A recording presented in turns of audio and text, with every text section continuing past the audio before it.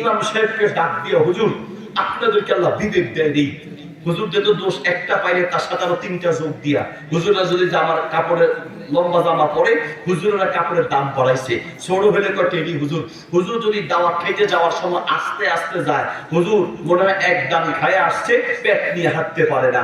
আর যদি জোরে হাঁটে, বুঝছি হুজুর দাওয়াত মনে হয় আলবা খাওয়ার জন্য হুজুর দাওয়াত, হুজুর দৌড়ের প্রতিযোগিতা দিছে। দাওয়াত খেতে বসে যদি আস্তে আস্তে কম খায়, বা বুঝছি হুজুর এত কম খান কা, দাওয়াত মনে হয় আরো আছে, বেশি খাইলে তাও দোষ, হুজুর বুঝছি।